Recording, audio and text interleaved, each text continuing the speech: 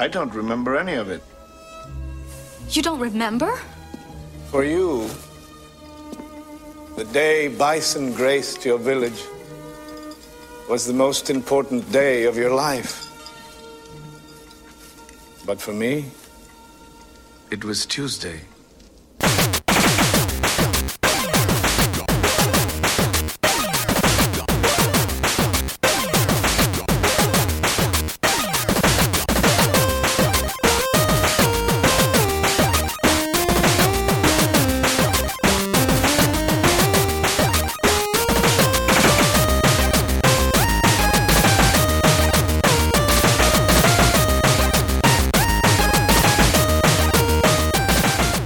Welcome to the Rated G for Gamers podcast, episode 185. Just a reminder before we start that you can find us on Facebook, Twitter, Instagram, and YouTube at Rated G for Gamers. Please rate and review us on iTunes and Spotify. We appreciate all the love. Also, we are part of the Gaming Podcast Alliance. Check out all of the fine podcasts featured on there at www.gamingpodcastalliance.com if you're looking for more gaming goodness. I'm your host, Dave Rotino, and this is my co-host, Dan. I just got back from vacation, Robinson. What's going on, man? Well, Dan, you are now back. I'm back officially. If everyone remembers, we did a special episode last week because you were going to be out in the sunny countryside of America, right down in Florida, right? It wasn't so sunny. They had a lot of black clouds. Well, I've never been to the strangest place they call Florida. It would rain for literally 15 minutes and then it'll be sunny. Yeah, a cloud in the sky, and then an hour later it'll be like a thunderstorm for like 20 minutes. I know. Well, it's hurricane season now, so it's an interesting time to be down That's there. why everything was cheap. Yeah, yeah, I guess so.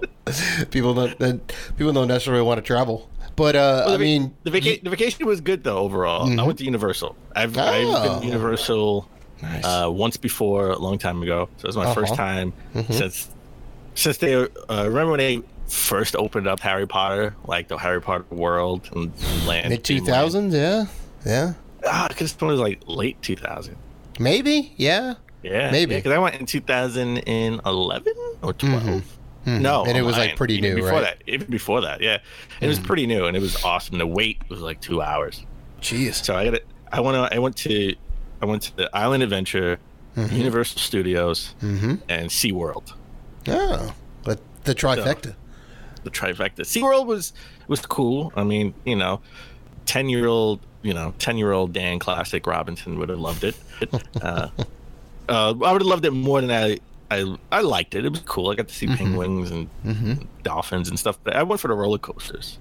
Sure. So they got the manatee roller coaster where they like hang you up like Superman and just fly you through. That was awesome. Oh, I love roller coasters like that. They just kind of suspend you. Yeah. Oh man, I think my heart was pounding. That would have been the best roller coaster if it wasn't for the fact, after it was done, they have you hanging it like sideways for like 5 minutes before you get to the gate and they release you. I'm like, what kind of stuff is this? This is corny. Like, come on, bring us in. Let us go.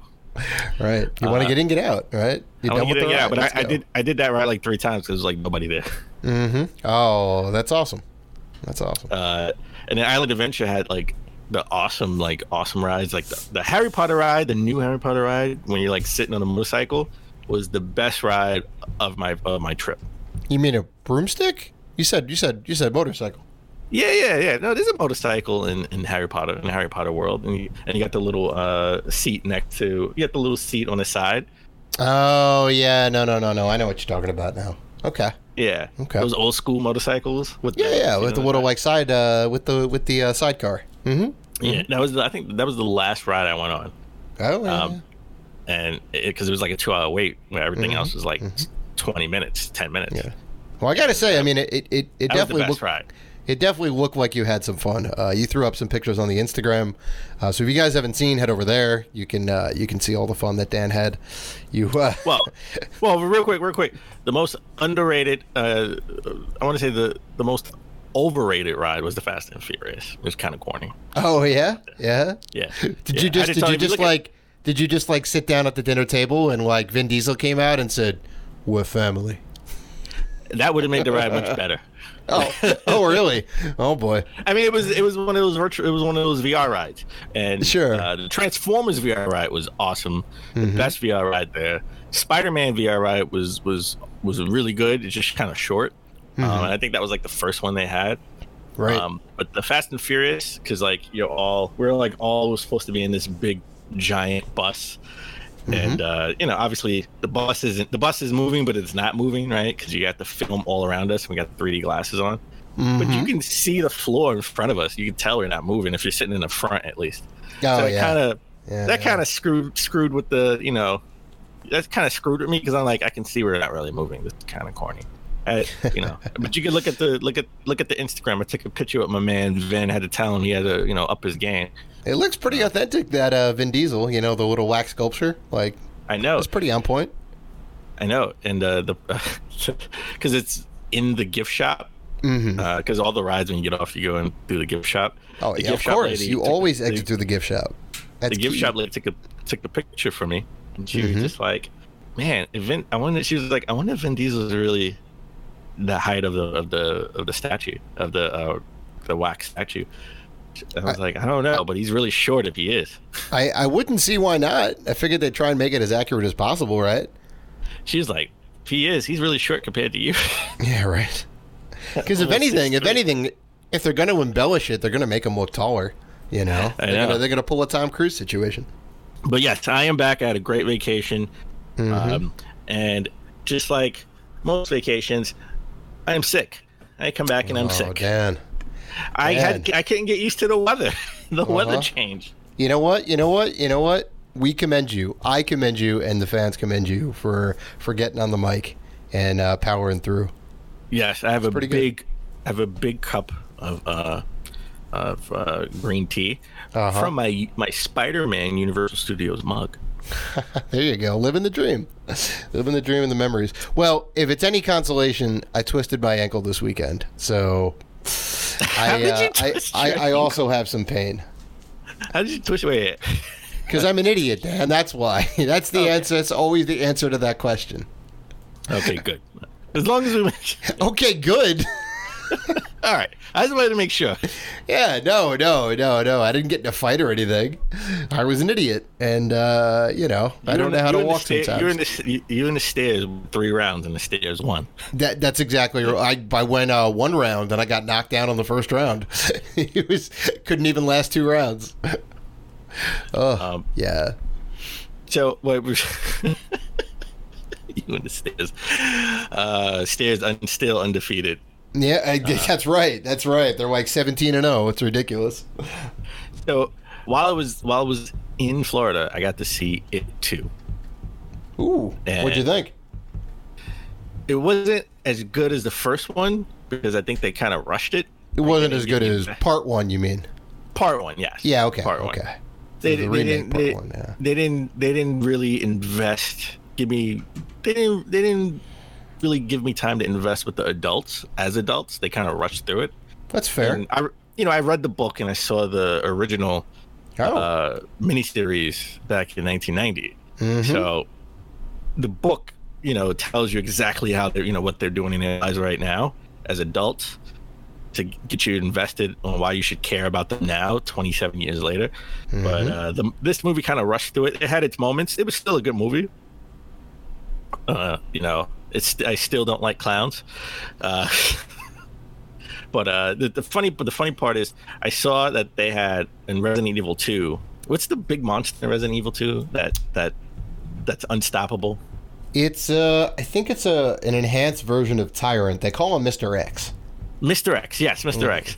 I know we talked about it on the show because they had Thomas the Tank Engine. Oh, that was great. Yeah. That was like one of the first ones. They even had the music for it and all that. Oh, so good.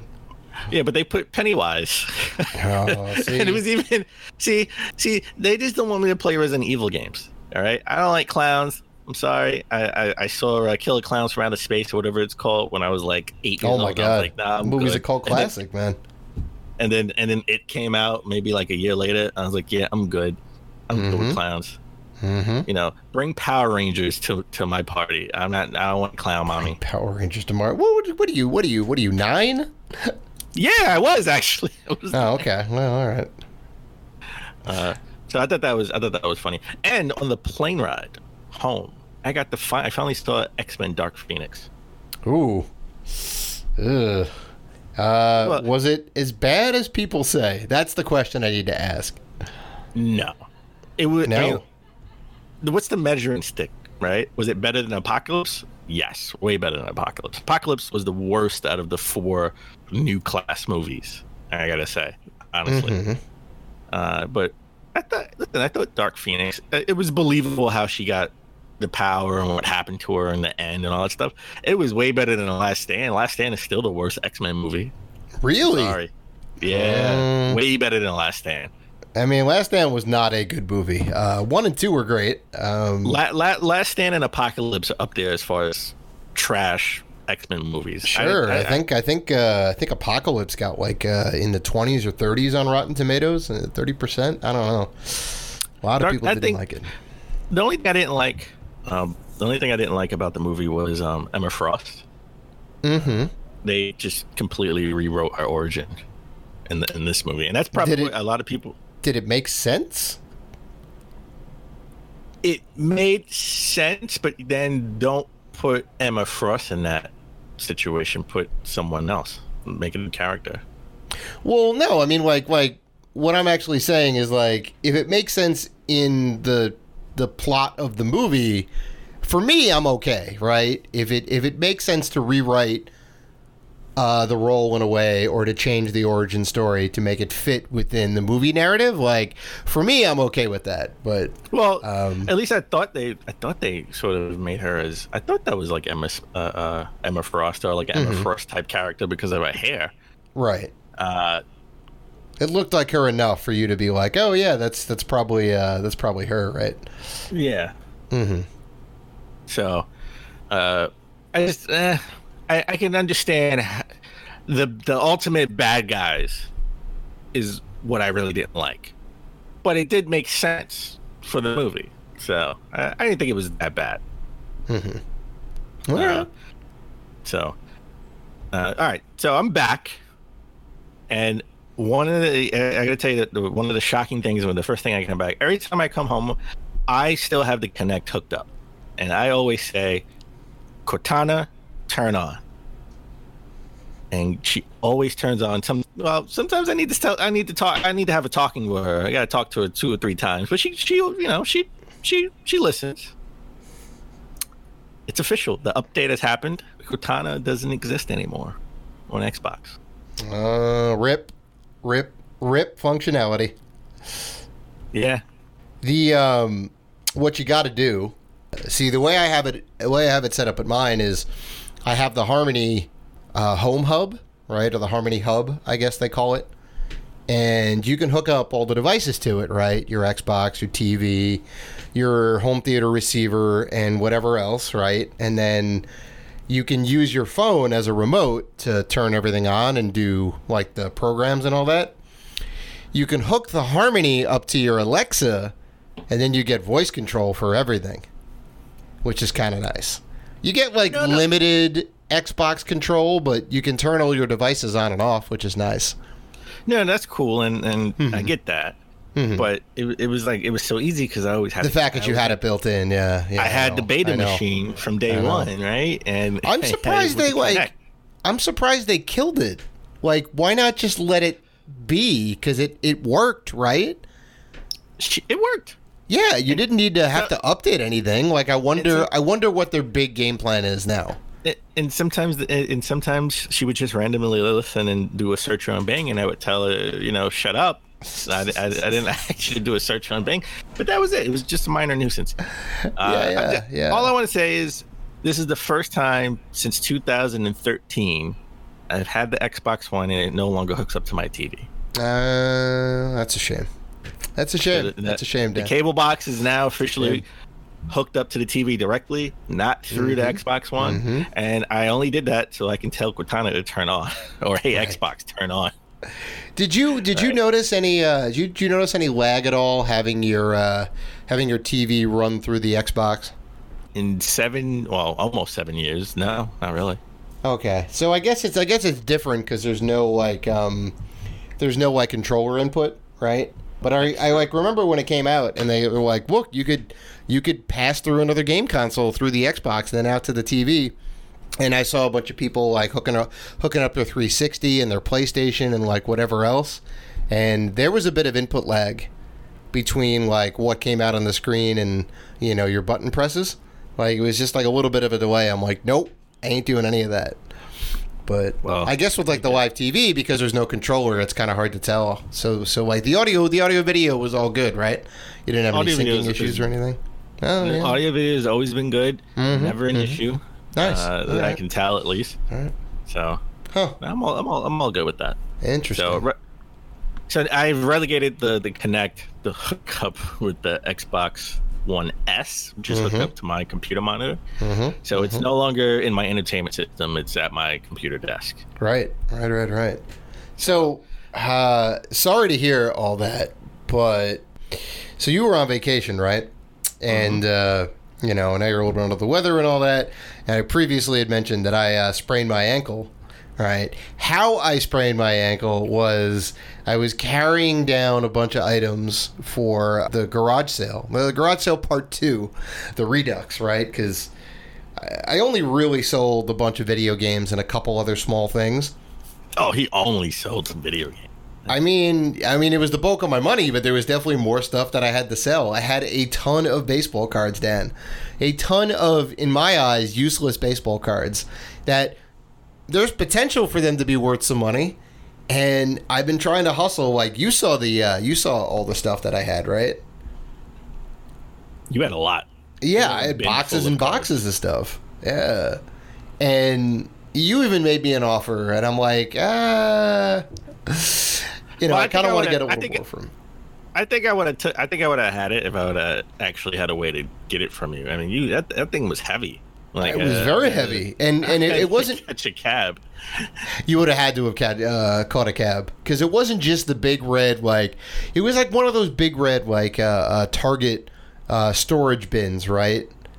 You know, the ones where you put all the old Christmas decorations or like your winter clothes. Yeah, the one you get for like $10-$20. Exactly. And on top of that, there was some other boxes, and there was just tons and tons of baseball and hockey, some basketball, a little bit of football. I just collected them because my brother collected them, and I'm like, oh, this is cool, and I didn't know what I was doing.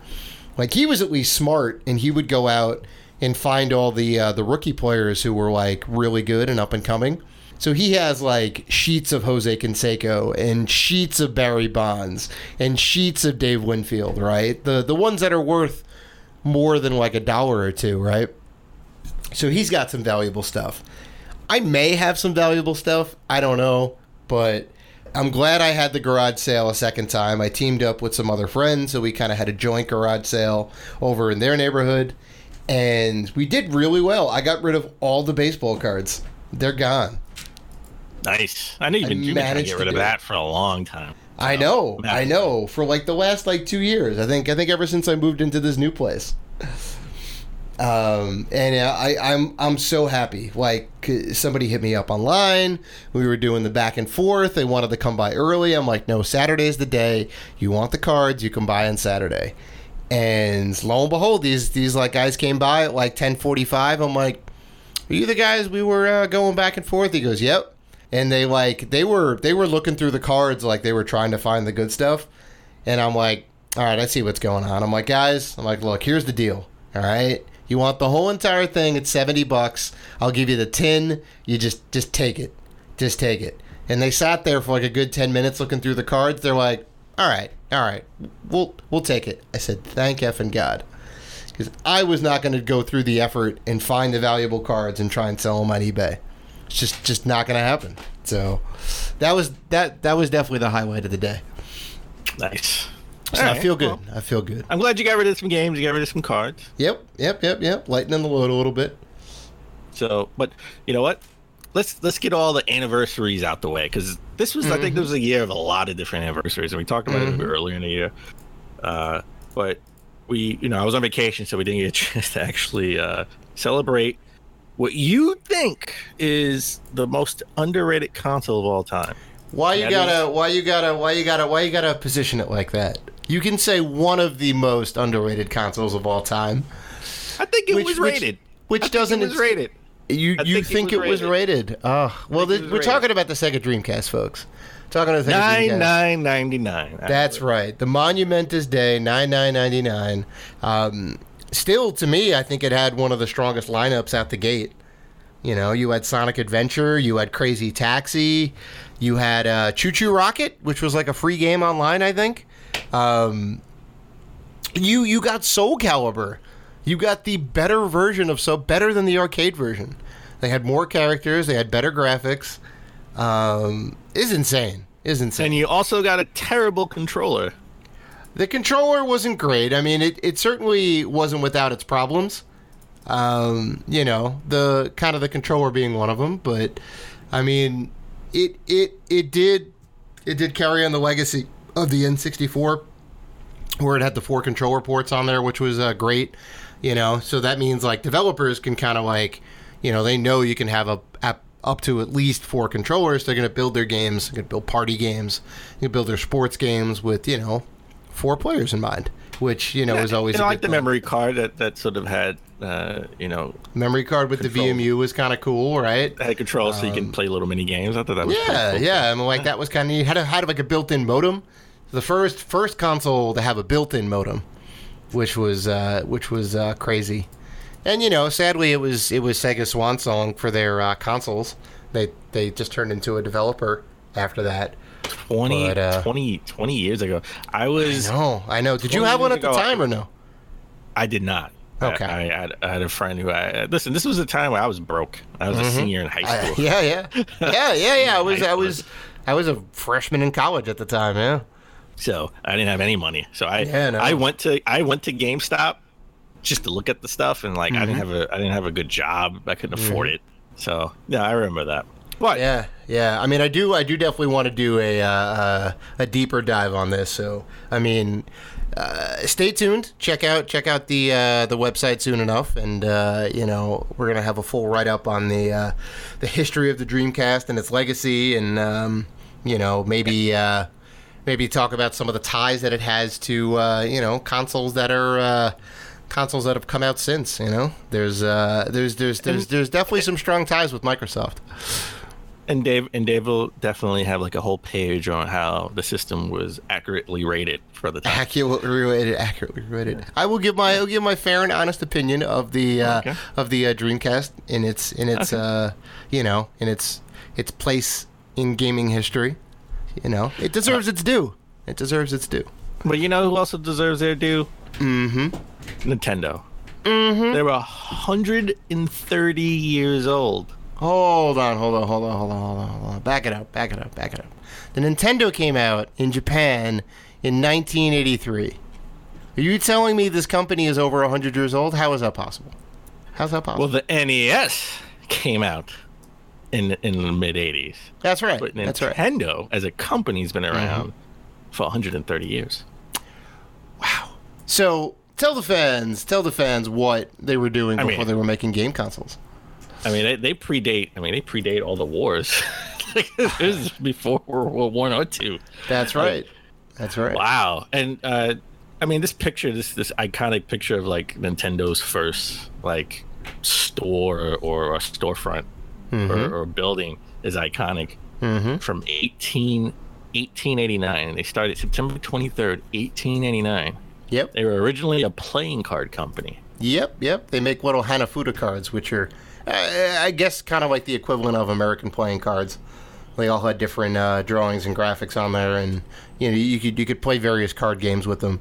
So that was like their bread and butter for a long while until the 70s, when they started coming out with some kind of handheld toys and somewhat electronic toys, and then they got into the Game & Watch stuff, which was their like first dip into like modern electronics. And then from there, everything was history. And I got my first Game & Watch at the Long Island Gaming Retro Long Island Gaming Expo. Yeah. That is a a collection showpiece for sure. Yeah, I got it for a really good price too. Had to talk him down. Made Dave proud because Dave is always trying to haggle. Got to get that hustle on, man. Got to get that hustle on. All right. I was like, I got cash. That's half the fun. Cash. That's half the fun. You know, well, as a side note, I love, you know how I love my gaming magazines, and one of the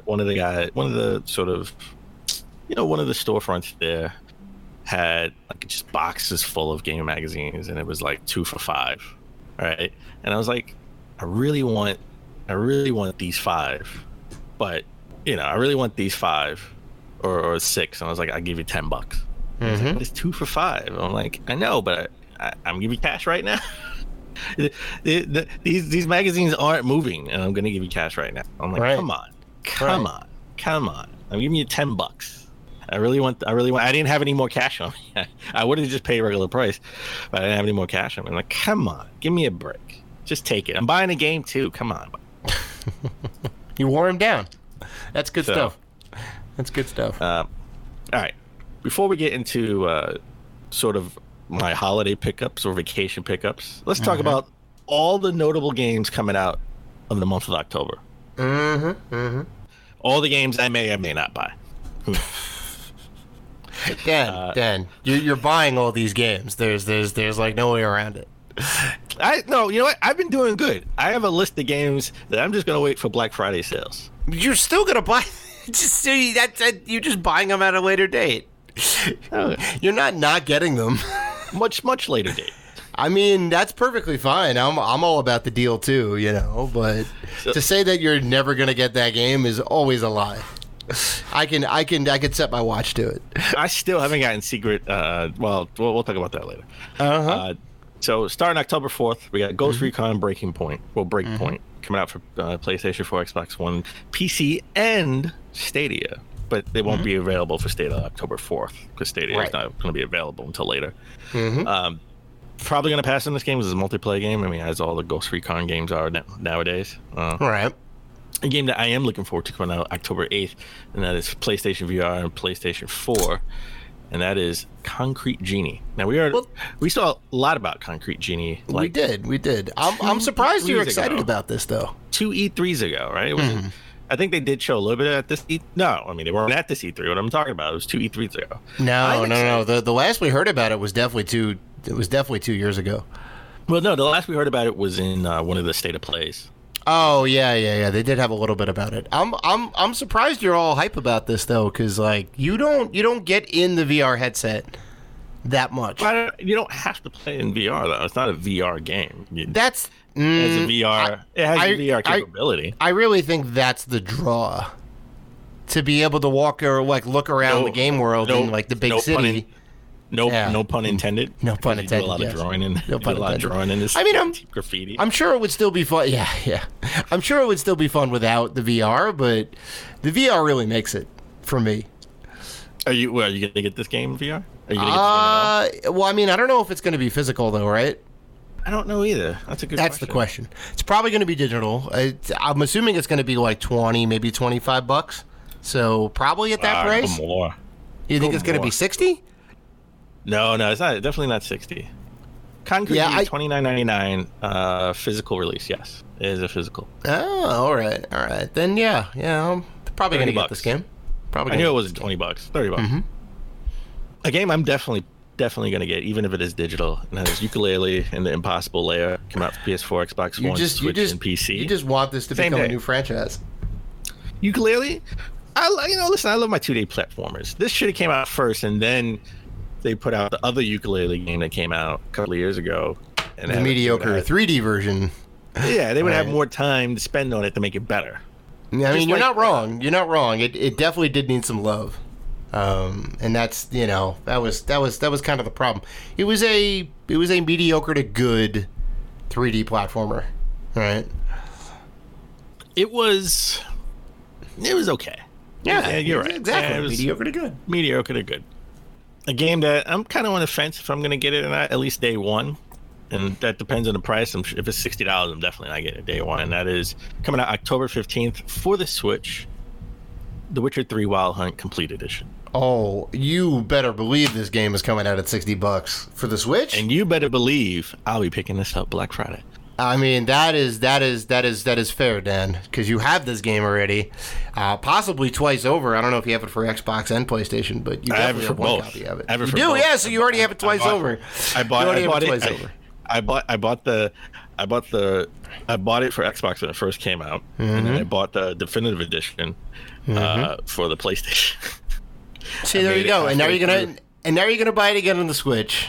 I made it maybe like 35% in both. And now I'm gonna get my 35% on the Switch. Switch side too. Yeah. A game I won't be buying probably ever, and that's coming out October 17th. That is Travis Strikes Again: No More Heroes Complete Edition for PC and PS4. Now I already have the regular one for Switch. What is the difference? Do I want the complete edition with all the DLC content? Oh, is that what it is? It's got all the DLC. I don't know. I didn't realize I had DLC for it already. Me neither, but apparently they do. Yeah. Am I going to get this? Probably not. I mean, if I see this in a store for like $10 maybe later on. Well, I'm waiting for Spider-Man, the complete edition with all the DLC. Game of the Year edition. It just came out. It's $35. I already beat that game. I can wait for that to go down a little bit more in price. I definitely want to play the DLC, the other side missions that they had that came out right after the game came out last year. So. Sure. Well, wait a minute. So, going back on Travis Strikes Again, right? I thought it was a Nintendo exclusive, right? No? Well, obviously, it was, that was a timed exclusive. It's a timed exclusive, huh? So, I also don't know why they're not doing the complete edition on the Switch itself. That seems kind of weird, right? Why not? Yeah, that is a little weird. Right? That doesn't make any sense, because it came out on the Switch to begin with. It wouldn't be that difficult to just put the DLC on the disc and put the new cover on it, and you're good to go. Well, maybe we'll get it at a later date. Who knows? I sure hope so. Maybe we'll get it. Maybe we'll get that at a later date. Mm-hmm. It came with a season's pass. Oh, it came with one, yeah. Yeah. Okay. Still nice to have everything on disc, Totally forgot. Season's Pass was included on the Switch version. So interesting. Now on the PS4 version, you can get the whole thing, the complete edition. Well, without any downloads. It's already. Wait, hold up. I'm trying to get the price. Prices vary. It's already on eBay for $56. Really? Oh, that has to be like a pre-order or something. That's crazy. Well, it's crazy that the game is that expensive. Let me look on Amazon and see how much this is. Because that's crazy if it's... I mean, I would expect this game to be like $30-$40 maybe. Why would you say that? The complete edition? Yeah. Because the game is $40 on... the game is a budget title anyway on the PS4. Well, see, that's the thing. Wait. Travis Strikes Again, just original? Yeah. And then this is the special edition. Yeah.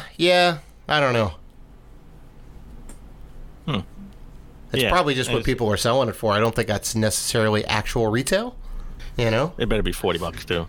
Well, we shall see. Then we got WWE 2K20 coming out October 22nd.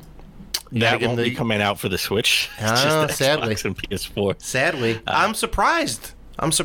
I know last year's one was a big dud, but... No, not even last year. It was the 2K18? 2K18. Yeah, it was the year before. But they made 19, right? Am I wrong? They made 19, just not for the Switch. They didn't make it for the... Okay, so they didn't make it for the Switch, yeah. That's surprising, because 2K seems to show some love, right? Because 2K owns Bethesda, right? No. 2K is not the parent company? No. Bethesda's Bethesda? Bethesda's, but I think... you sure you're not the one that's sick? Bethesda's Bethesda. No, that's it. 2K owns Rockstar. Yeah. 2K owns, 2K has the Mafia. 2K has the Mafia license under their umbrella. Mafia, Bully, Grand Theft Auto. Right. And then they also have all their sports titles. Okay, so they are showing love with the basketball. So they are putting some effort into making games for the Switch. I figured they'd say, okay, look, 18 2K18 was 2K18. We're gonna rally the troops, and we're gonna try and come back with 20. Because it's perfectly well equipped to have a wrestling game on the system. 6-8 people in the ring at a time, whatever it is, to be able to play on the go. That'd be awesome. They need to do like they do the 2K NBA games and have half the game be downloaded with the download part at the top. Right. So all right. So now we getting into all the games that people are going bananas over. And bananas. Later, no pun intended for one of the games I'm about to mention. October 25th, Call of Duty Modern Warfare. I guess this is the reimagining of Modern Warfare, right? No number on it. They're redoing the original Modern Warfare, and it's gotten more realistic, right? More realistic type missions, and there was a whole controversy over white phosphorus. Mm-hmm. Coming out for PlayStation. It's coming out for PS4, Xbox One, and PC. It's not Call of Duty 4 again, right? It's a whole new story. It's a whole new story. Yeah, okay. But it's in that modern world and all that in the Middle East, probably. So yeah, the settings pretty similar. But so I'm looking forward to that. I'm definitely picking that up. Well, there you go. You can get back in the tradition of getting Thanksgiving weekend. Right. Getting the game, beating it over Thanksgiving weekend, and then talking about it on the show. I always love to hear your experience. Then we got October 25th, same day, Medieval for the PlayStation 4. Mm-hmm.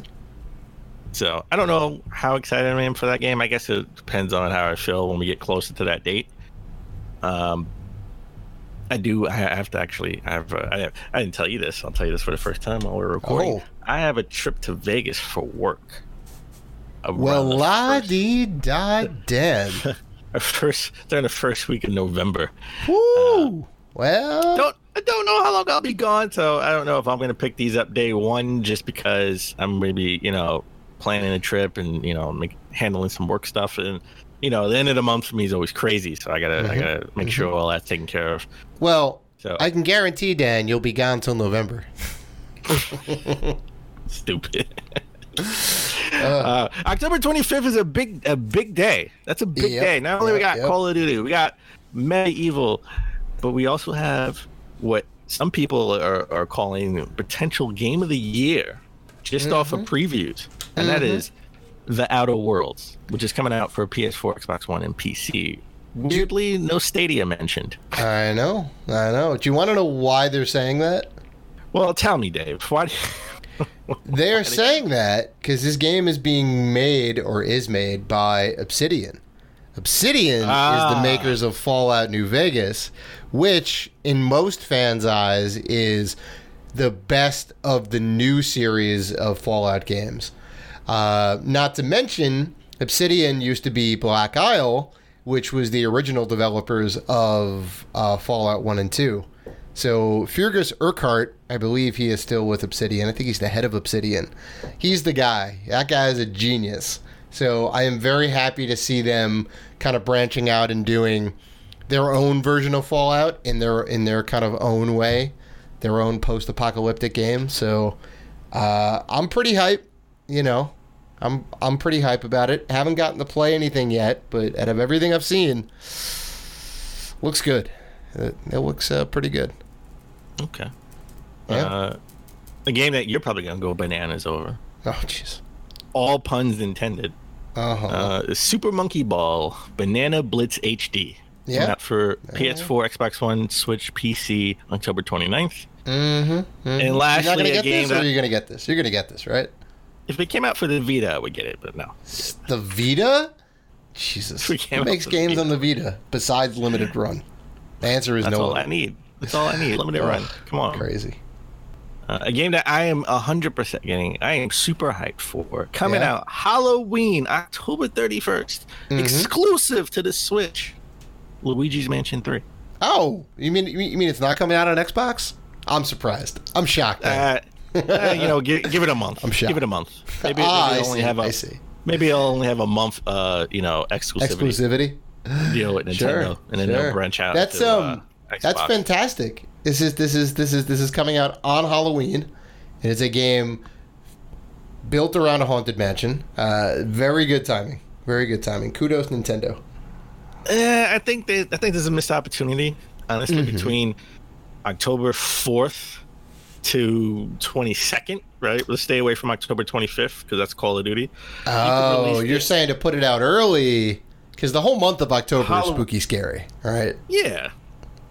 People are going to be having parties and all the whole Halloween theme. This is a spook, I love. Listen, fall is my favorite time of year. I love watching all of those 30 horror movies in 30 days, whatever, on the Sci-Fi Channel or whatever. So I would love on Halloween to be finishing up Luigi's Mansion, not just starting it. So. Definitely getting that. Looking forward to that. I think you're going to pick it up too. Possibly. There's a possibility. Possibility. I don't have any of the other Luigi's Mansions, I don't think. So, Dave, we talked about games coming out next month. Let's talk about games that already came out. You get any good pickups this weekend? Oh, Dan, I did. Dan. I picked up The Legend of Zelda: Link's Awakening on the Switch. Ooh. All right. Ooh. You didn't get it for the PlayStation? I didn't get it for the PlayStation, no. Okay, good. I tried, but they were all sold out. Yeah. Okay, right console. I got Star Ocean Faith and Integrity, or Faithlessness and Integrity. I think that's the one for PS4. It is, obviously, it's a Star Ocean game. I don't know if it's the remake or not. Star Ocean games have weird titles. I can't keep up with them, but I found it for a good price. And I got the Collection of Mana on Switch, right, which is a game Final I'm probably Fantasy. never going to pick up. What? Yeah, wow. It was Final Fantasy Adventure. That's what they originally called it here, but it's really like, I don't know, something of Mana. I forget what they actually call it. But it's that. It's Secret of Mana and what we're now calling Trials of Mana, which was Second Densetsu 3, I think. So they call the series Second Densetsu over there. I think the Game Boy one was first, the Super Nintendo one, and then the Super Nintendo sequel, which is very good. I ended up playing a ROM hack of it ages ago, but it is a beautiful game with branching story paths, action RPG. Right, that I think you can get behind though, right? I can get behind action RPG. Yeah, and they're actually all like that, even down to the Game Boy one. The Game Boy one is super actiony, with like RPG elements in there. But anyway, I digress. Then, I also picked up the Jet Set Radio soundtrack, brand new sealed. Right, I got Professor Layton and Mario Sports Mix for the DS, sealed, and that about rounds it out. How about you? Okay. Well, I finally got in the mail. I ordered this a while ago. I totally forgot about it. It cost $100. I totally forgot about this. Oh boy! I picked up The Walking Dead, the Telltale Definitive series for the PS. It came out for the PS4. That is by Skybound, so they're releasing that. So it's all of the Walking Dead games, even the Michonne story that came out digital only, and I played it on my iPad all long ago. Finally have a physical release for it, and I popped it in the PS4 just to take a look. Don't have to download it. It's all on the disc. So nice. I'm happy to have that. Nice. I have Crisis Core Final Fantasy VII for the PSP. Mega Man 02 for the Game Boy Advance. Mega Man 2 for the Game Boy. Totally found that out of nowhere. Yeah. Pokemon Yellow for the Game Boy and Pokemon Stadium 2 for the Nintendo 64. I didn't even know. I'm not the biggest Pokemon fan. I have Pokemon Stadium 1. I didn't know they came out with a second one. Oh yeah. Nintendo 64. Yeah. See? The things you find out when you go hunting, right? And you're like, "Oh shoot. I got to get this game now." So, I too picked up the Legend of Zelda: Link's Awakening remake for the Switch. Of course. I tried to find it on a PS4, but no one had it for some reason. I know, right? It's so weird. It sells out really weird. quick. You never So get it in weird. stock. The Switch version is all around. Now I got the special edition with the art book. Mm-hmm. I got it came with a free poster, and I even got suckered into getting the limited edition poster of the Overworld. Which cost I didn't know they had a limited edition poster. only 200 posters and sold at the Nintendo store. So I bought that for $15. You know what you got to do? You got to get that all framed up, Dan. I got to get that framed.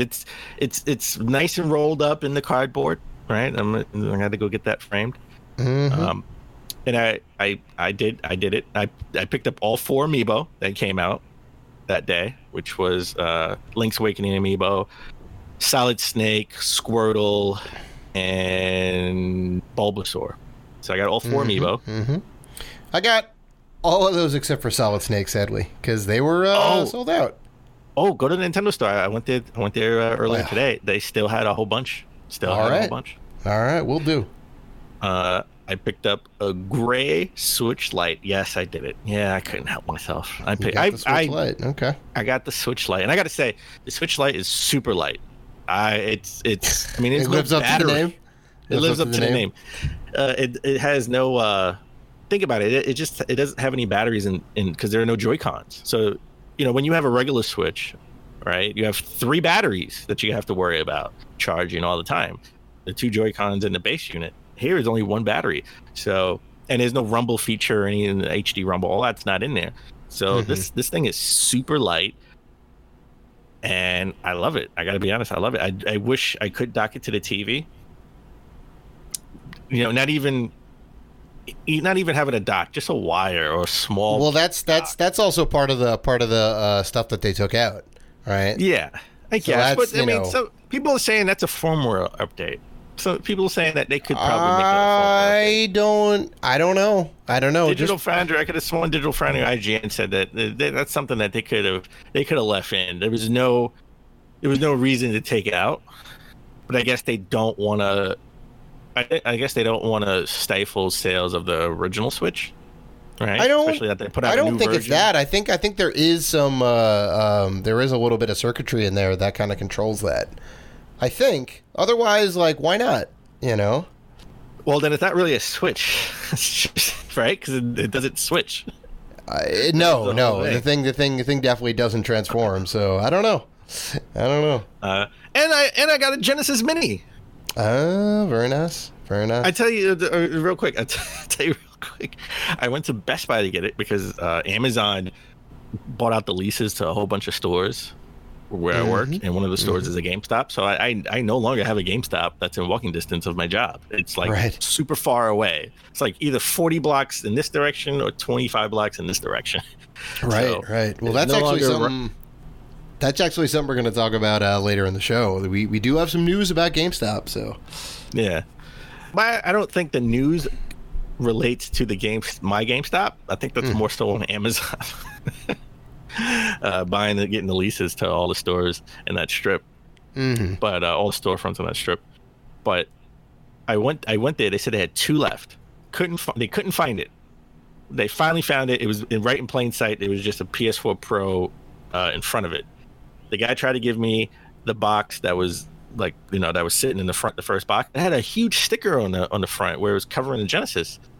And I said, well, what's, and he rung it up, and he was just like, it was $20 cheaper than what I imagined, what I was ready to pay for. And I was like, wait, why is it cheaper? Turns out it was a return. Somebody had bought it in the store, and before they left the store, they returned it. I guess they had buyer's remorse. Okay. But they had to open it to make sure that everything was in there, so it's open. But they put a stupid sticker in the front, and I tried to peel it off, but it was taking some of the cardboard. So I was like, you know what? You can keep it. I'm a collector. I don't want a thing with a sticker in the front. Give me a brand new one. I'll pay the $20. Huh.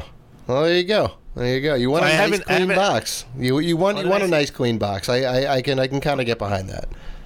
I didn't get a chance to pop it in to play it yet, but I will. About the time we go to the next show, I'll have my thoughts. My thoughts on the Genesis Mini. But Switch Lite, awesome. Listen.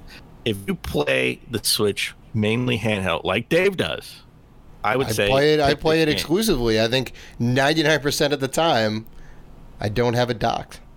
I would say pick the Switch Lite up. It is this system was made for you, Dave. They were like, can we make a system for Dave exclusively? Yes. And they said, make it the Switch Lite. We couldn't call it the Lite Switch just because we can't make Dave totally happy. We got to No, it's impossible. It's impossible. But you know what? Even though they made it for me, I'm still not going to pick it up because it is an additional $200 that I don't have right now. So no, I understand. I'm going to definitely wait on that for a little bit. But Capcom is making what Nintendo is making you happy. Capcom is making me very happy. So we talked about them having a physical version of Mega Man Zero ZX Legacy Collection coming out for all platforms, even the Switch.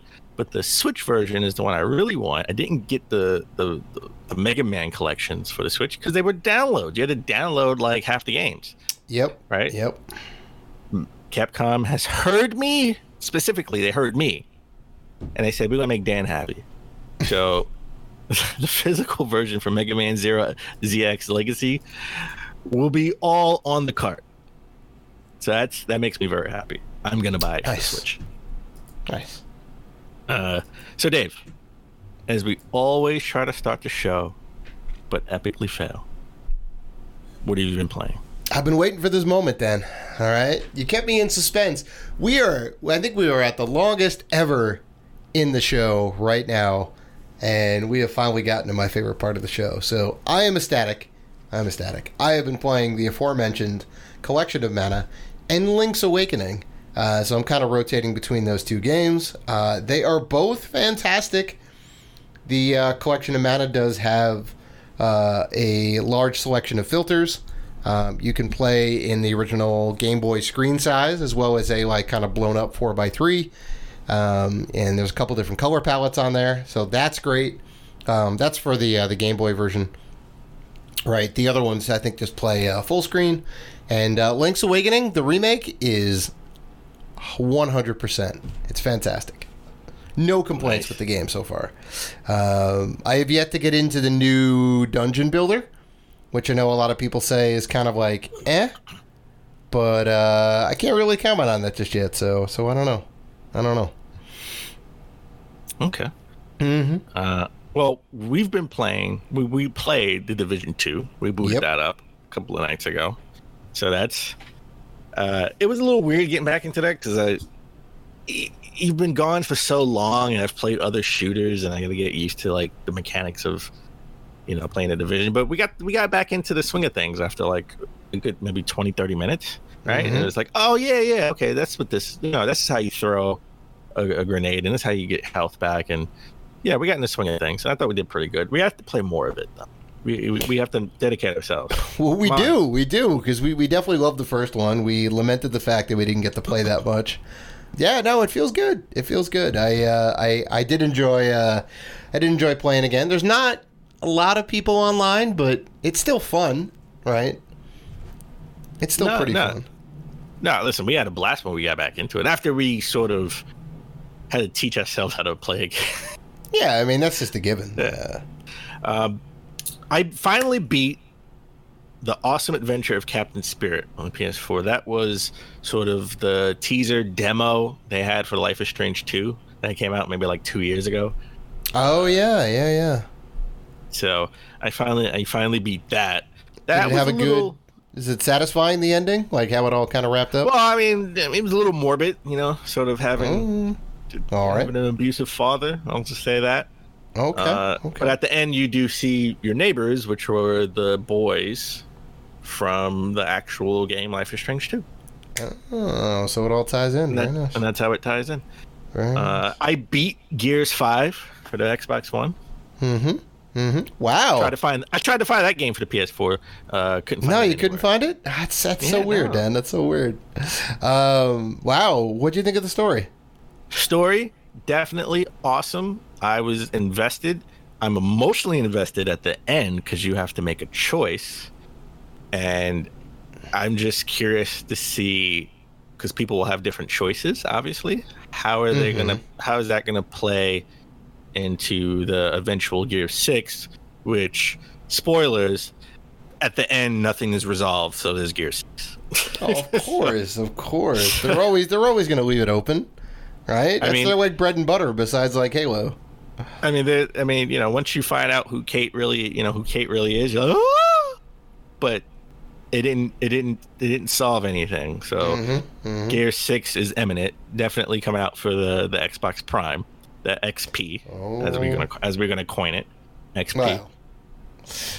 Wow. I didn't take any of those with me to Florida. I beat that when I got back, but I did take Super Smash Brothers Ultimate. And I played a lot of Banjo and a lot of Player in Piranha Plant. A lot of Player? You mean Hero? Oh, Hero. I thought it was Player. Sorry, Hero. I'm not vested into a Dragon Quest. No, that's very apparent, Dan. Sorry. It's all good. So I played. You know what? He will always be Player to me. Player 1. Oh my God. All right. So I did play a lot of Hero, a lot of Banjo, played with a lot of Banjo. I'm not a, you know, listen, I like the fact that Banjo's here for all the Banjo fans out there, but I'm not a big fan of playing with him. I you know, every time I get one of these new characters and I play with them, and I'm not enamored by them. I'm Link. I need Link. Give me Link. I love playing with a guy with a sword. I'm sorry. That's how I'm built. And I played a lot of, wait for it. No, not Breath of the Wild, because I did bring Breath of the Wild with me. Didn't play that at all. Oh.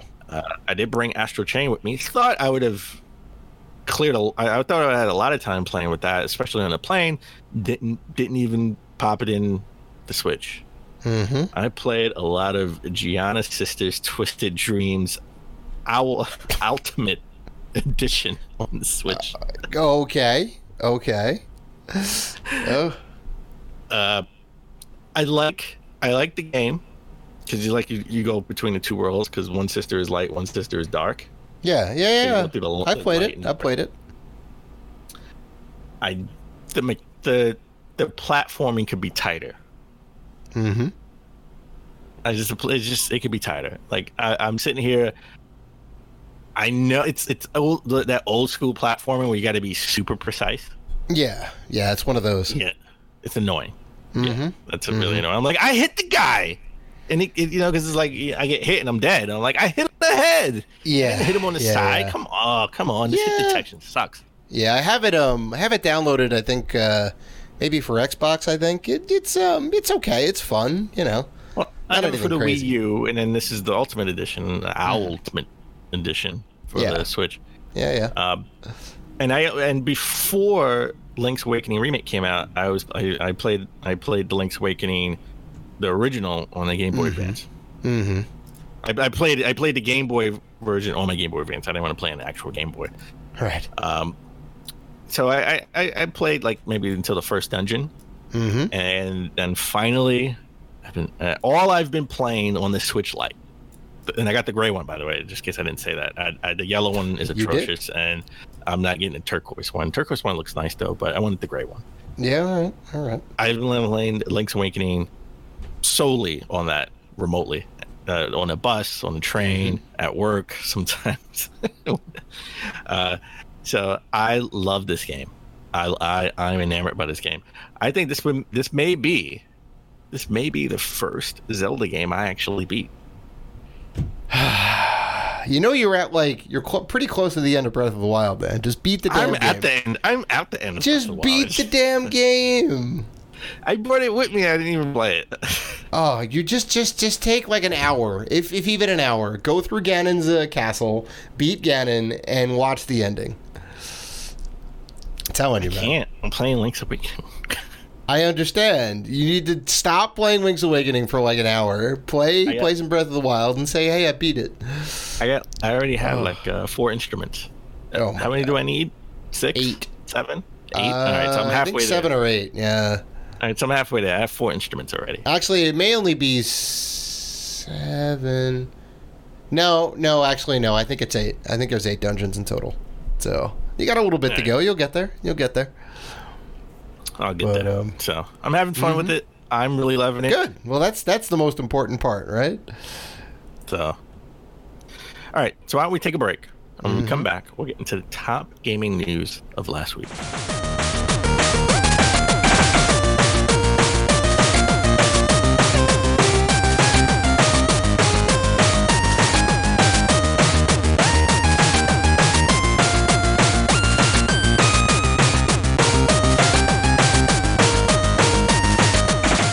And we're back. All right, let's get into the top gaming news of last week. Depending on when you're listening to this, you will already know what the state of play, the Sony state of play, what they showed. I mean, they announced the PlayStation 5, and it's coming out this December for the low no. And the controller is the PSP 2. Oh my god. That's the thing, and it's coming out with a wireless VR headset. On a serious note, we're recording this when they announced that there would be a state of play coming out Tuesday, September 24th, when the show gets uploaded. Right. So, I'm super curious on what they're going to show. I mean, there's speculation that they're going to show something new, like brand new games, and the release date for The Last of Us Part 2. Which actually got leaked by a retailer. Retailers are always leaking things. Yeah, that happens. I forgot what I think the release date was in February. Right. At some point. Yeah. Well, I'll tell you this. There's possibly maybe the last day to play. They may do one more in like November. Maybe. If they show anything big like AAA style, I would say it would be for next gen, right? This is what I want. Well, okay, no, rewind. Let me rephrase. If we get a release date for The Last of Us Part 2 and Ghost of Tsushima, because we already got Death Stranding coming out in November. Well, Ghost I thought was coming out like April of next year, isn't that right? No release date yet. No release date yet. All right. But maybe that's just in my head. I assume it's going to be April. Well, I'm glad you said that, because that's where I was going with it. If Ghost of Tsushima and The Last of Us Part 2 are released before E3 2020. Oh, I think so. And all the new and by all accounts, we're going to get a PS5 next holiday season. I'm super excited, because after Death Stranding, Last of Us Part 2, and Ghost of Tsushima, what else is there? We don't know. We don't know, right? They're not. So, again, like I said, I don't think they're going to announce any other big AAA titles. Because why would they do that? Because if they do announce a big AAA title, it's going to be a PS5 game. That's exactly right. That's exactly what I'm saying. Like, it's a good thing they had these the big four, right? Because Spider-Man already got released last year. The Last of Us, Death Stranding, and Ghost of Tsushima were like the other big three tentpoles. We didn't really hear much about them. So yeah, I mean, I think this is going to be it. They'll be out over 2020, tide us over until the PS5, and hopefully come February, like I know we talked about the proposed PlayStation conference or whatever. I don't know what you want to call it. Well, when the PS4 launched, February of 2013, they announced it. They had an event to officially announce the PS4, and they showed the controller. Mm-hmm. They didn't, and they went into specs. So we didn't see price, and we didn't see the actual console. Right. And I don't even think we heard about any games. So we didn't hear anything until E3 that year, where we got games, for good or bad, if you liked it or not, doesn't matter. We didn't hear about the exclusive games. We didn't see the console. We didn't get pricing. Yeah. Until E3. So I think that's what's going to happen here too. I think February we're gonna get specs and a controller or whatever, the new controller, DualShock 5, and we're not going to hear anything until E3. I think that's definitely kind of a smart. That's a smart tactic, right? You drip feed a little bit, you give them a little bit. Here's some stuff, and you let all the gaming outlets speculate, and then you hit them with the rest of the stuff. You hit them with the games. You hit them with the console. Come like E3, and now we're like, wow! And then the hype train just continues till like November. Well, one of the rumors that came out was that the PS5 will launch in 2 SKUs. Yep. There'll be like a PS5 and a PS5 Pro, and there will be 2 versions of the VR portably as well. Well, no, there'll be a VR portable edition to it, which I think it's smart because, again, the reason why my PlayStation VR has not just dust, it has that old dust, it has dust on top of dust, is because it's just the wires it's too much. Like, if it was one single wire with no breaker box, right? I would. Well, that's what even better wirelessly. Well, that's what the updated model is. The updated model doesn't have the breakout box. The updated model, I think, just hooks directly into the PS4 Pro, right? It's got the extra hardware inside the system already. See, we have like the V1 model, so the V2 is a little bit cleaned up, but still has, I think, the 2 wires to the headset. Well, I need to get that version too. I want to have. I mean, it's not gonna. Well, before that's discontinued, you're still not gonna play it.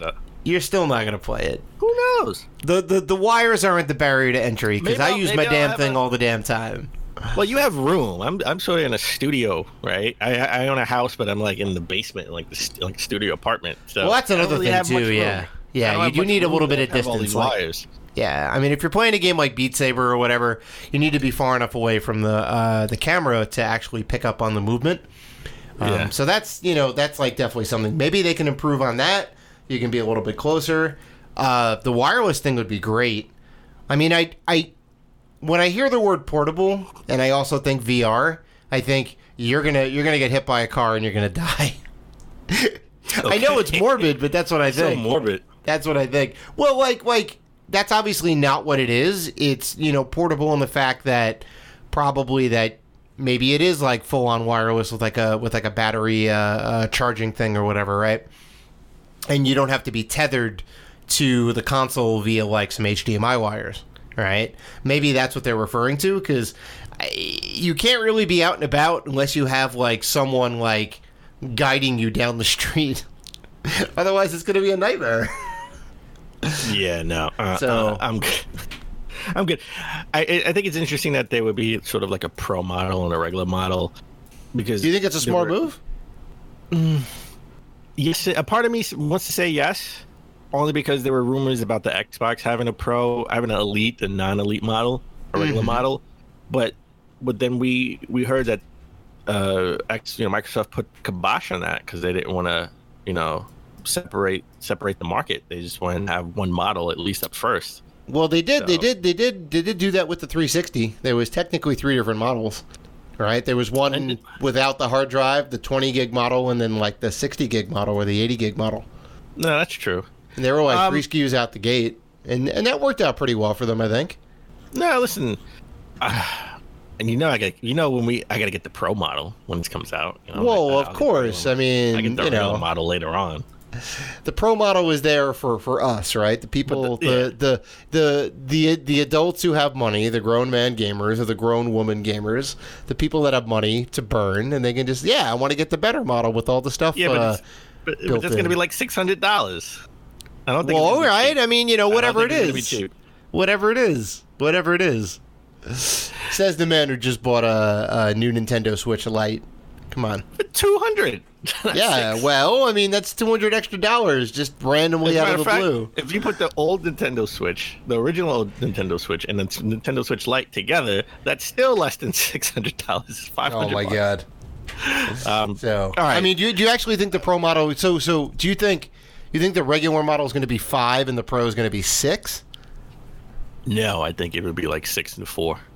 6 and 4, a $200 price difference. There's got to be a lot of extra tech in there for me to spend another $200. And you get the VR model. I don't know. I mean, if it like comes included with it, that's a different story. Yeah, comes included with 50 teraflops. The teraflop wars have begun. Right. I'm curious to see what they're going to show at the State of Play, but I know they're going to have some type of Final Fantasy VII sort of, montage. They're definitely gonna have it as a reminder. Hey, Final Fantasy VII, it's coming out in 2020.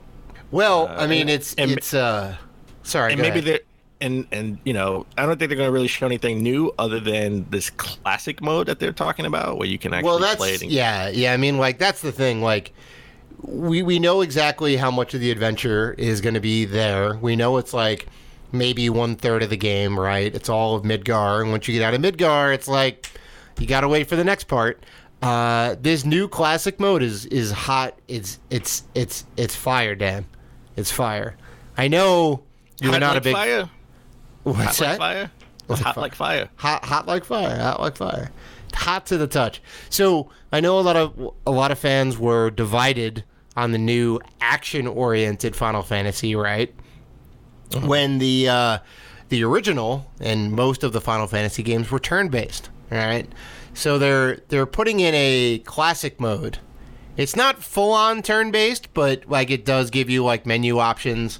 It does have the active time battle stuff, so you have to wait for your thing to get charged up, and then you can execute certain commands. So it plays a little more like the original, which is great, right? Why not give fans the ability to play in like a retro kind of throwback mode? I think this is great. I'm glad that it's in there. Kudos for Squaresoft to listening to the fans. I mean, it's not going to please everybody because it's not true turn-based original Final Fantasy VII style, but it's like pretty close. So, you think this is like the biggest news since I'm kind of hyped. Because the announcement of next gen. You think because gamers are fickle. Final Fantasy fans are very fickle. Final Fantasy VII fans, or anyone who like really loves a franchise, is going to be fickle, right? And everybody wants the game to be new and different, but they also want the game to be exactly the same, right? Dave, that's not hard. I want something different that's the same. It's not hard. See, but you know exactly what I'm getting at. They're like, if the game is too much the same, people are going to complain, and if the game is too new, people are going to complain. So you can't win either way. But at least they're trying to give a little something for everybody. I think this is going to bring some people to the yard for sure. It brings them to the yard. Yeah, they making milkshakes. Okay. I mean, sure. In their own Final Fantasy way, they're making milkshakes. Okay. Well, let's switch gears. Let's talk about E3. We talked about Sony missing E3 this year. Yeah, right? It was a little bit of a weird one. A little bit of weird. Even though I think they showed two state of plays, they showed two state of plays, one before E3 and one like after E3. Or no, one they showed one early in the year and one right before E3. I think they could have put those two together, and that could have been their E3 showing, just a state of play, a big state of play. But that's just my opinion. I digress. Hopefully, they'll be back at E3 2020 to show off the new PS5 and the PS5 Pro, or PS5 Elite, or Super PS5, or whatever they want to call it. I mean, you would think, right? Because now they have something like meaty to show. Yes. But E3, they missed E3 last year. They're coming in. Hopefully, they'll be back E3 next year. But E3 may be drastically different than how they remember. Oh, it's 2020 ESA who runs the E3 sort of submitted plans to sort of make E3 more like Gamescom. And this was published. At least I got this from GameDaily.biz. So yep. They want to cater more to influencers and they want to do more like media day, like one day is just straight press only, which is kind of ironic because E3 is really just for press only. It's not for the fans. Well, I mean, like originally, right? E3 was what 96, I think, and it was supposed to be like press only, 3-4 day event.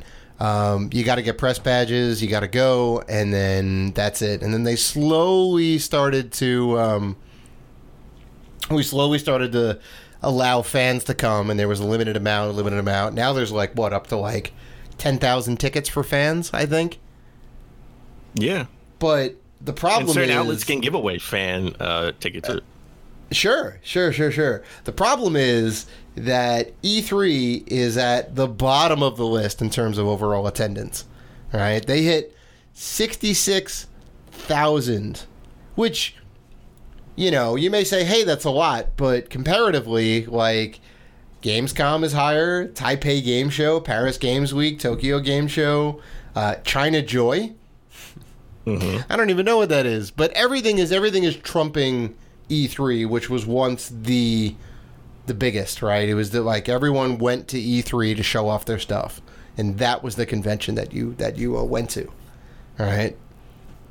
So this is all in an effort to pump those numbers up, right?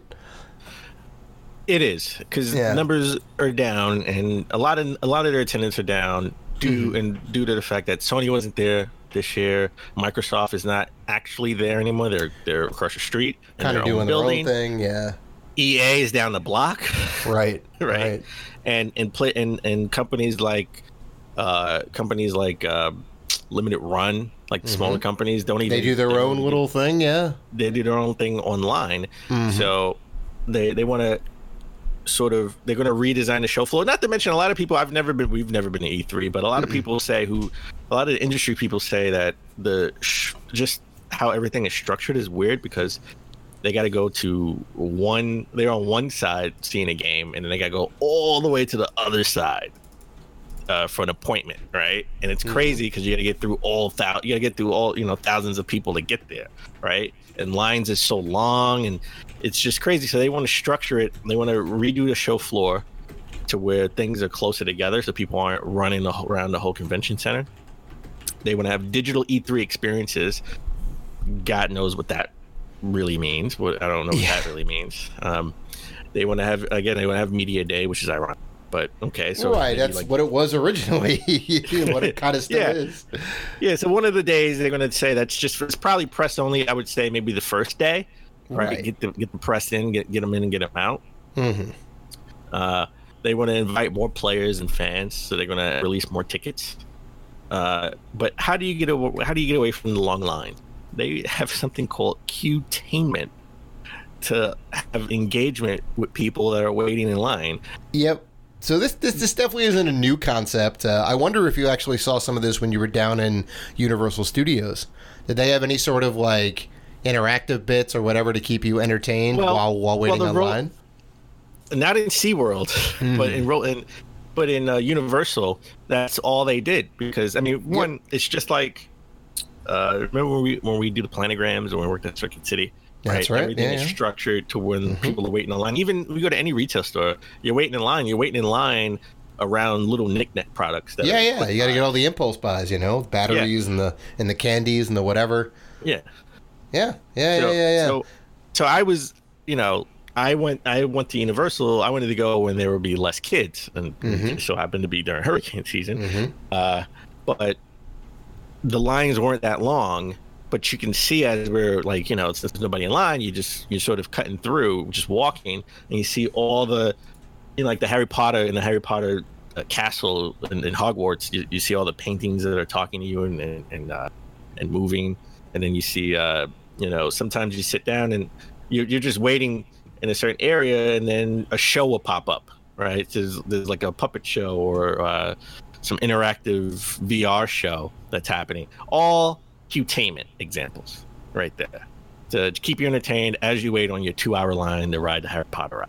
Yeah. I mean, I remember seeing some of this stuff at Disney. They did it at PAX a couple of years, right? When you were queuing up to get in, they would like kind of keep you busy with like trivia questions and whatever else. I mean, it's cool if it's done right. I don't think it's going to bring anybody to E3, and it's not going to prevent people from going to E3 waiting on long lines. It's just the thing you have to deal with. They want to make this like VidCon, right? They got photo ops and video game tournaments. This is like PAX. This is like, again, a North American Gamescom, right? This is PAX to the 100th power. I think it's good. right? Because they want to have, again, they're going to have media day. I'm sure they're going to have like a influencer day or creator day where creators sort of can skip lines. Well, you say that, but we're sort of creators too. So look, I understand, and I'm not trying to poo-poo the media influencers and the creators and all that, but it's like, are you really gonna go to Hobnob with Ninja? Like, you're gonna go to see the new games, right?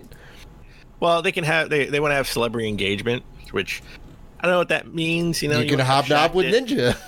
You're gonna have Shaq play with Ninja, the new 2K 2021, right? Have Tom Brady there. Playing I get it. Madden 2021. Yeah, right? I mean, I get it. Like they're trying to make it unique and special, but those aren't the I don't know. They're not the things that I want. I'm not necessarily excited to see that if we were to ever go. But how about this? I got it. If you're waiting in line to play Breath of the Wild 2, and that's gonna be a long ass line. Oh yeah. We can have some Qtainment.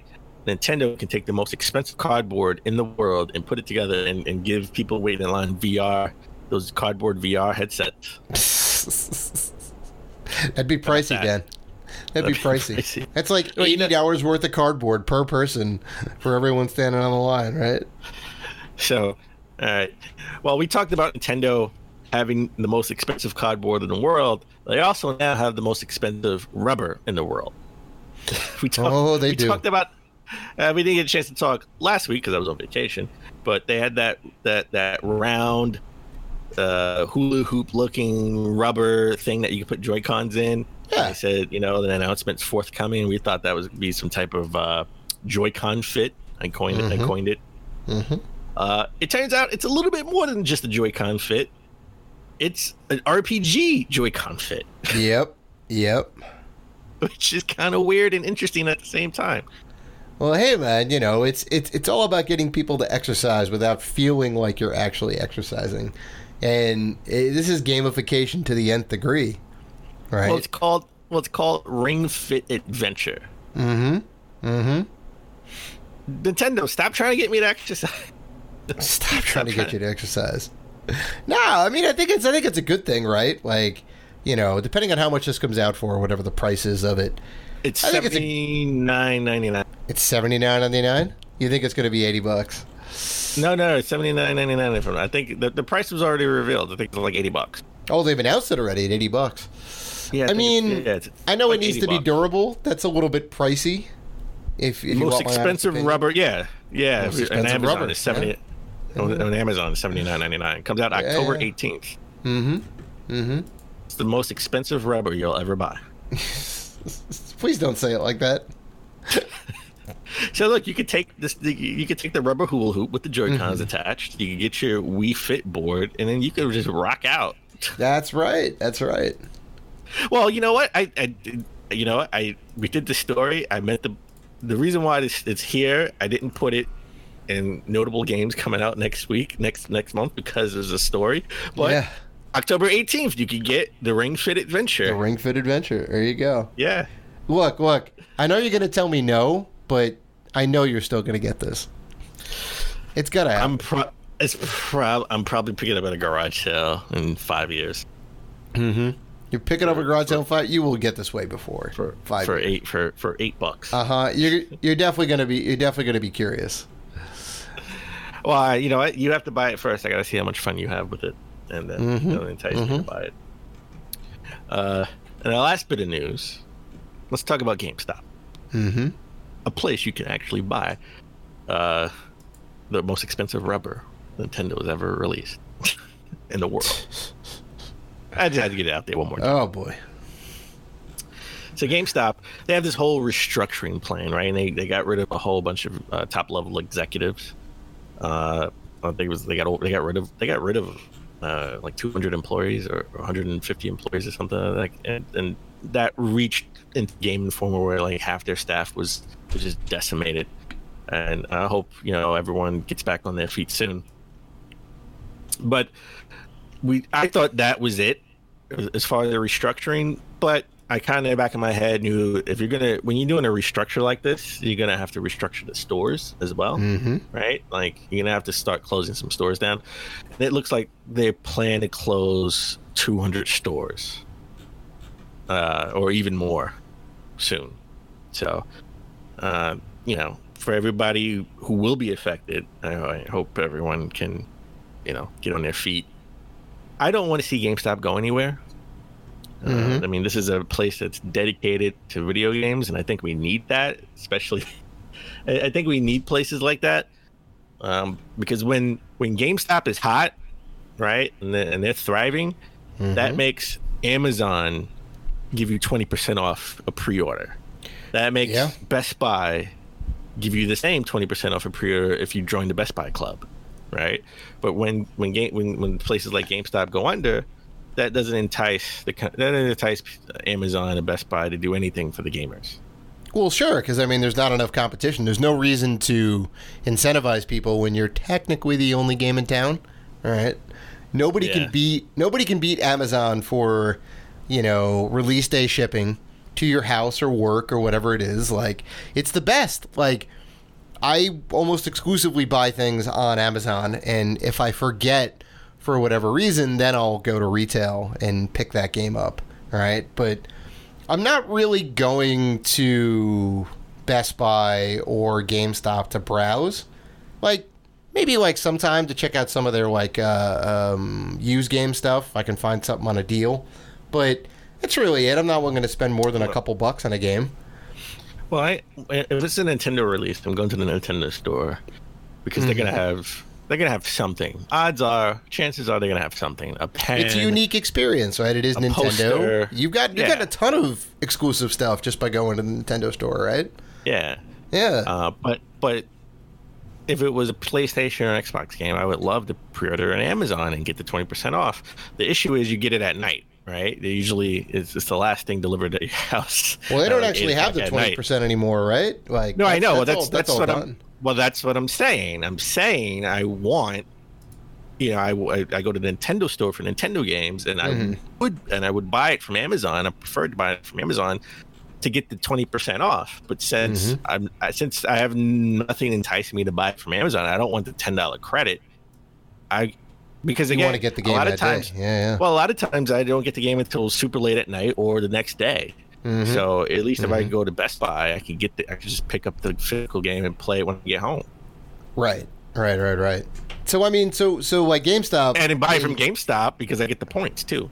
Well, sure. So GameStop now in their efforts to stay afloat and relevant are reworking a bunch of stores, right? So they're already closing more stores up because they're just not making that much money. I was reading something that said they have GameStop stores all around the world, right?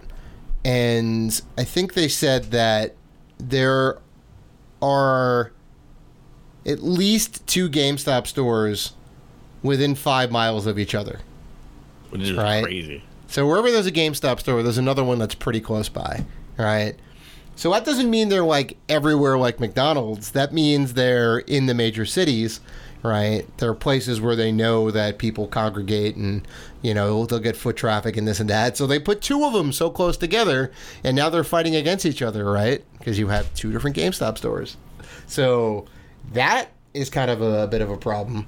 The other thing is that they're losing new game sales, right? Nobody's buying new games from GameStop specifically anymore. So that's not really like bringing them in money. They had some issues with like overstock of all of their accessories and tchotchkes and whatever else, right? Their partnership with ThinkGeek didn't do as well as they wanted to. They had a lot of stuff left over because, you can only buy so much, right? Kids only have so much space in their bedroom, and adults only have so much space in their living room. Eventually, you run out of space for this stuff, so that really wasn't working out for them, right? And what we've seen, I think we talked about it last week, when they had remodels for some of their stores that, and this is the thing, Dan, that you've kind of brought up time and time again, make it an experience, right? Yeah. Make it make it a place where people want to go and hang out and maybe get some food and play video games and, you know, like, that's kind of something you can't get anywhere else, right? Well, there was a new game store redesign that leaked online. It was a video where it showed, you know, they had couches and old CRT TVs. And if you're a pro member, then you can go in the back and sort of, you know, play with games. And I think they even had a thing for board games as well, if I'm not mistaken. I think I was reading that, which we know is big. A lot of like comic book stores have like the board game or retro game stores have the board gaming tournaments in the back. I'm going to tell you, I don't like the video that I saw because they may have redesigned. They've sort of put a Band-Aid over it in my eyes where it still looks like GameStop. It looks old. It doesn't look inviting. It looks, well, at least what we saw in that video. Like, really? I want the whole store to be redesigned. Like, I live, like, there's a KFC up the block from me, and it was closed for like a month because they redesigned the whole store. It doesn't look like KFC. At least the KFC that I was going to for years. It looks a little hip, right? Looks like a place you want to be at. It looks super hip and the menus is in big screens just like they're in Popeyes. Yep. Right? Like, that's the way. It shouldn't look like the old GameStop with a couch and a CRT. It should look like a brand new, thought out, hip design GameStop. So you think they could have taken it further than what they've done on their pilot stores? Well, this is the reason why I think it's not going to do so well. It'll be a Band-Aid, but it's not going to, you know, it's a Band-Aid for a gunshot or a stab wound, right? Not a cut. I don't think it's gonna save them ultimately because they didn't go all in.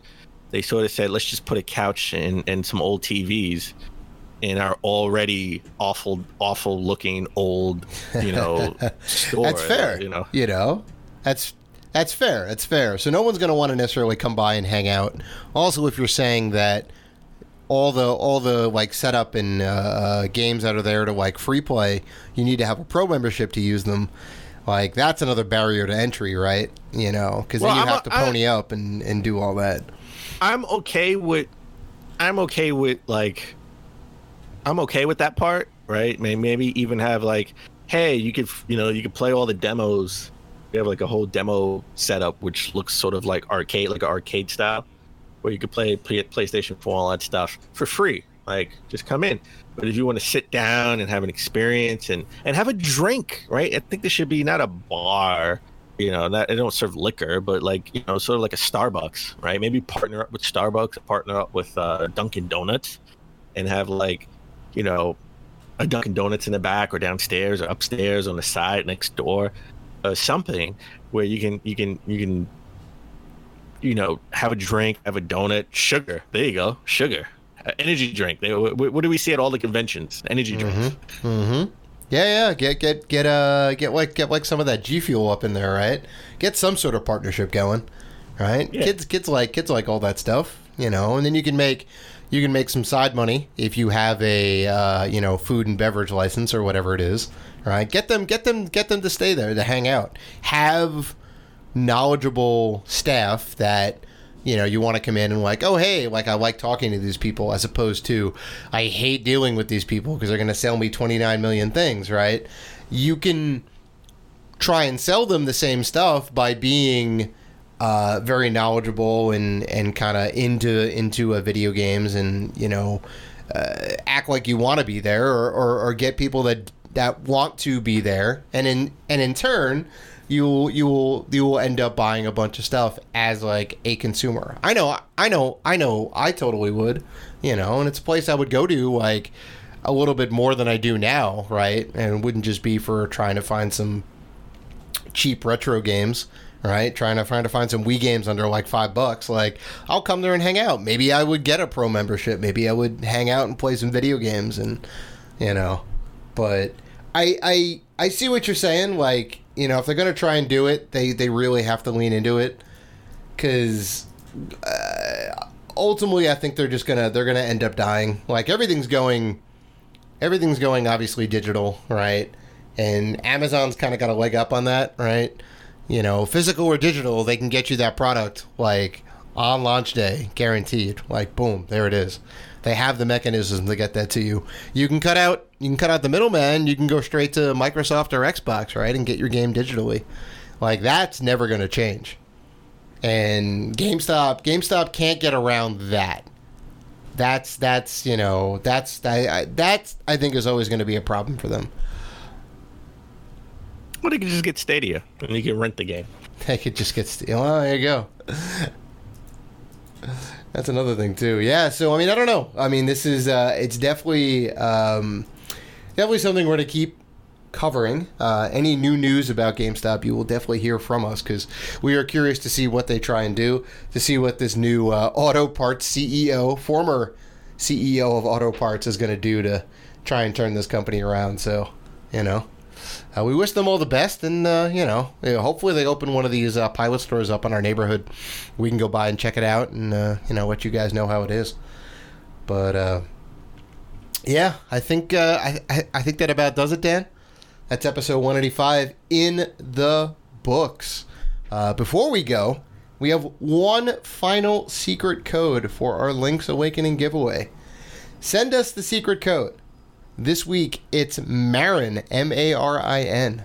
So DM us or private message us at Rated G for Gamers on social media. Email us at info@ratedgforgamers.com. You can do either. Send us this week's code. Remember that you can submit up to 4 entries, 1 per unique code, which we've announced each episode this month. This will be the 4th code. If you haven't heard previous September episodes, go back and listen for more chances to enter. Good luck to everyone who enters. If you guys want to interact with us, like in this contest, you can do so on Facebook, Twitter, Instagram, and YouTube at Rated G for Gamers. So please listen, like, rate, review, and subscribe. And as always, keep gaming.